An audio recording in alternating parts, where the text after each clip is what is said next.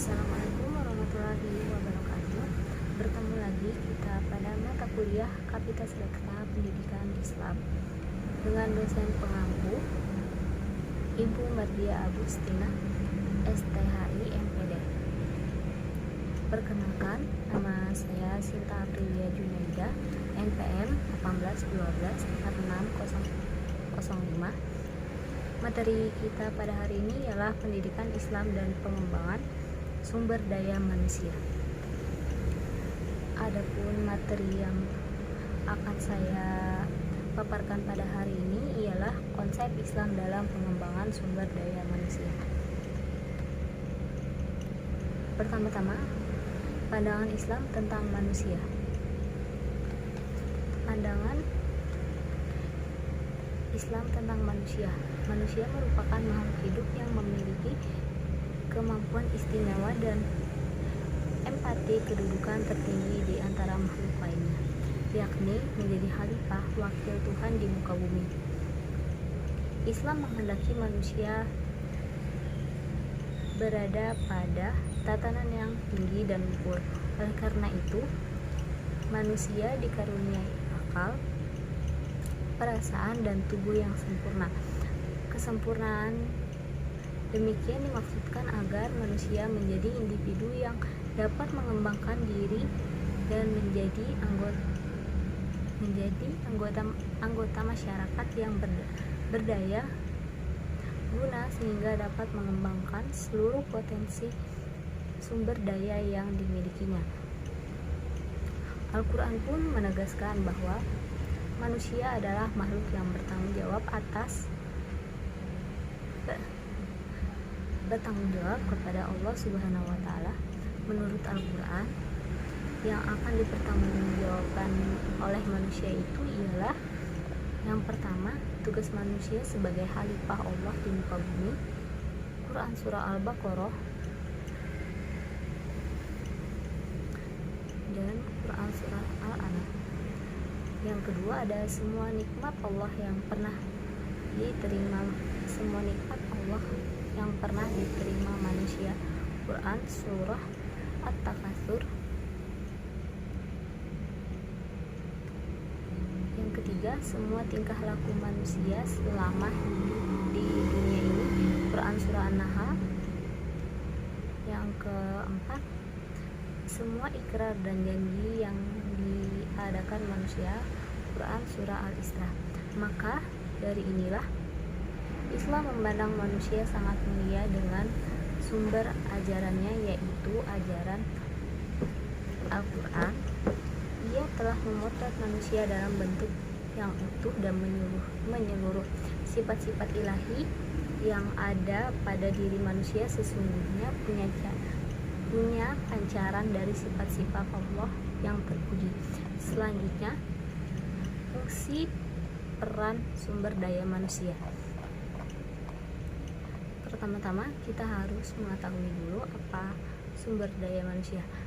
Sumber daya manusia mempunyai posisi sentral dalam mewujudkan kinerja pembangunan yang menempatkan manusia dalam fungsi sebagai rasio pembangunan. Dalam konteks ini, harga dan nilai manusia ditentukan oleh relevansi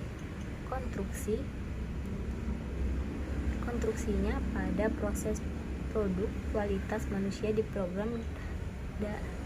diprogramkan sedemikian agar dapat sesuai dengan tuntutan pembangunan atau tuntutan masyarakat.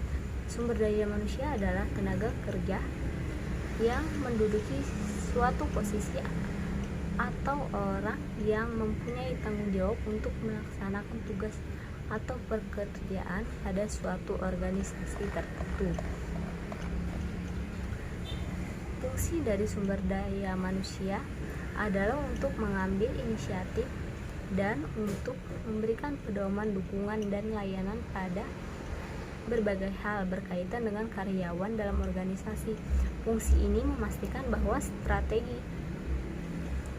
sumber daya manusia, peraturan, dan berbagai praktiknya diperkenalkan dan dipertahankan untuk memperkuat hubungan antar karyawan. Mengenai bagaimana pimpinan dan karyawan bekerja sama serta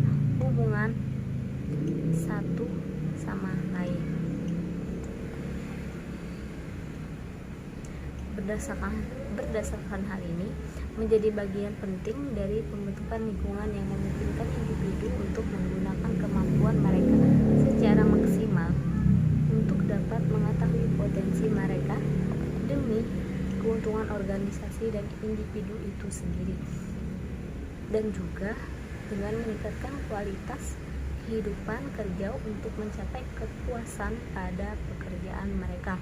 Selanjutnya, konsep Islam. Pendidikan Islam dalam mengembangkan sumber daya manusia. Secara umum, pendidikan Islam adalah ilmu pendidikan yang berdasarkan Islam. Oleh sebab itu, pendidikan Islam harus bersumber kepada Al-Quran dan hadis Nabi. Islam adalah agama yang diperintahkan oleh Allah Subhanahu wa Ta'ala kepada manusia untuk memeluknya secara utuh dan menyeluruh. Ajaran Islam ini diperuntukkan bagi manusia sebagai petunjuk ke jalan yang lurus ketika melaksanakan tugas-tugas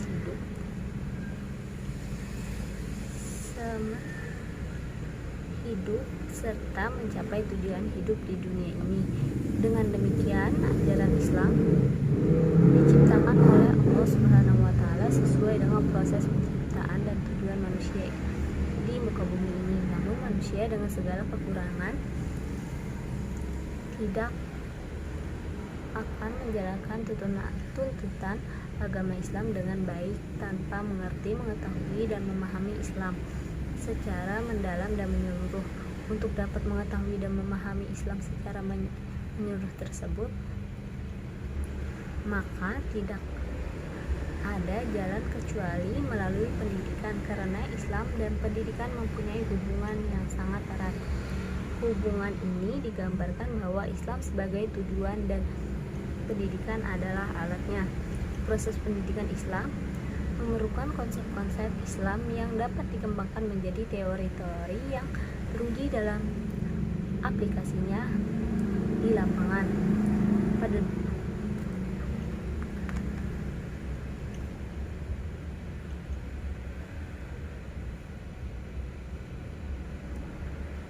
Selanjutnya,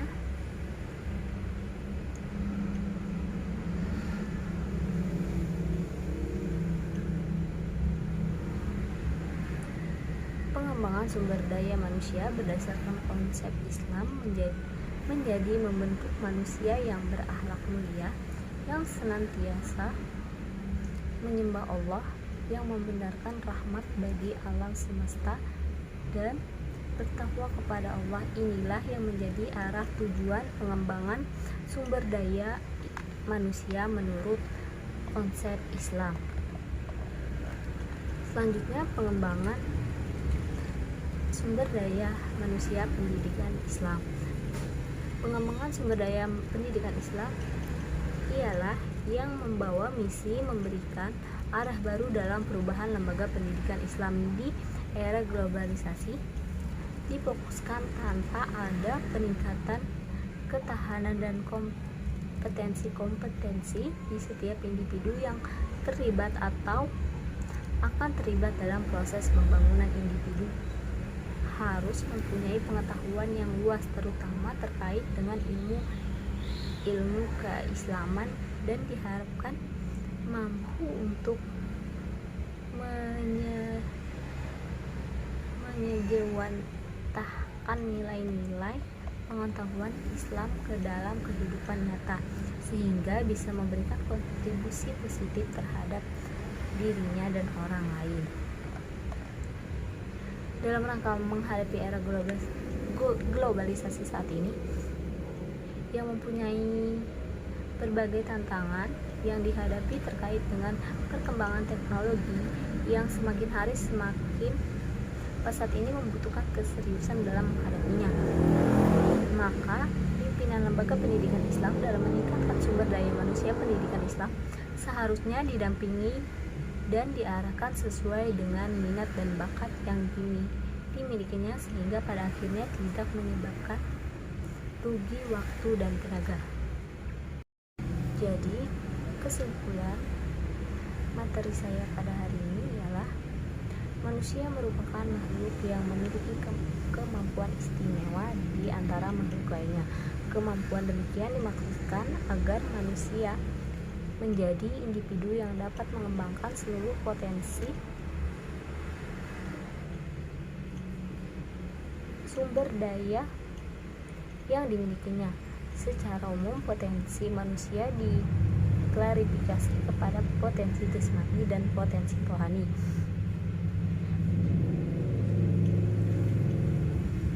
Potensi ada pada manusia tersebut sangat penting sebagai karunia yang diberikan Allah untuk menjalankan tugasnya sebagai khalifah di muka bumi. Inilah tujuan utama atau akhir pendidikan Islam. Potensi-potensi yang diberikan kepada manusia pada dasarnya merupakan petunjuk Allah yang diperuntukkan bagi manusia supaya ia dapat melakukan sikap hidup yang serasi dengan hakikat penciptanya.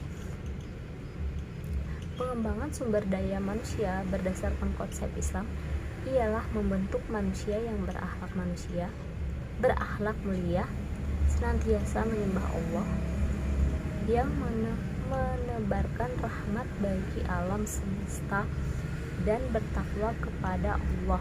Inilah yang menjadi arah tujuan pengembangan sumber daya manusia menurut konsep Islam. Sekian penjelasan saya. Mohon maaf. Salah hilaf mohon maaf. Wassalamualaikum warahmatullahi wabarakatuh.